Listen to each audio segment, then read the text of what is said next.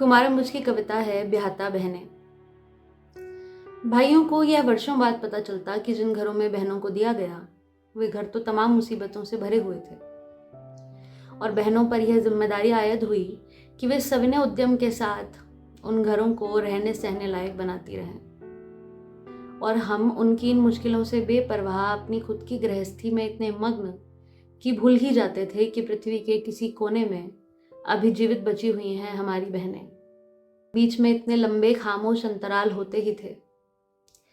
फिर वे किसी दृश्य में, किसी स्वप्न, किसी खुशी या किसी संकट में अचानक उपस्थित हो जाती, अपने होने के भ्रम को पुख्ता करती, हमें अपने किसी ऐसे जीवन की याद दिलाती जो खत्म हो गया था और उसका अभिलेखागार भी किसी रहस्यमयी आग में जलकर नष्ट हो गया था। जब माँ और पिता दोनों नहीं रहे तो वे भाभियों में खोजती रही माँ और भाइयों में पिता। लेकिन भाइयों भाभियों को लगता कि वे जायदाद में हिस्सा मांगने की जुगत में हैं।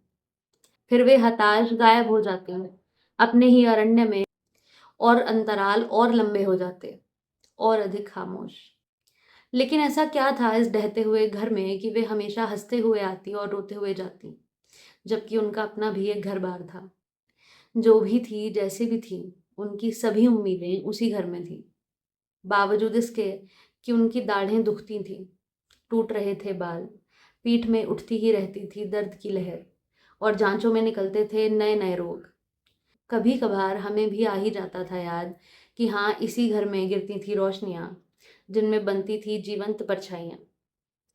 अब न यह वैसा घर रहा और ना रोशनियों के पर्दे और ना वे परछाइयां जो दरअसल हमारी बहनें थीं।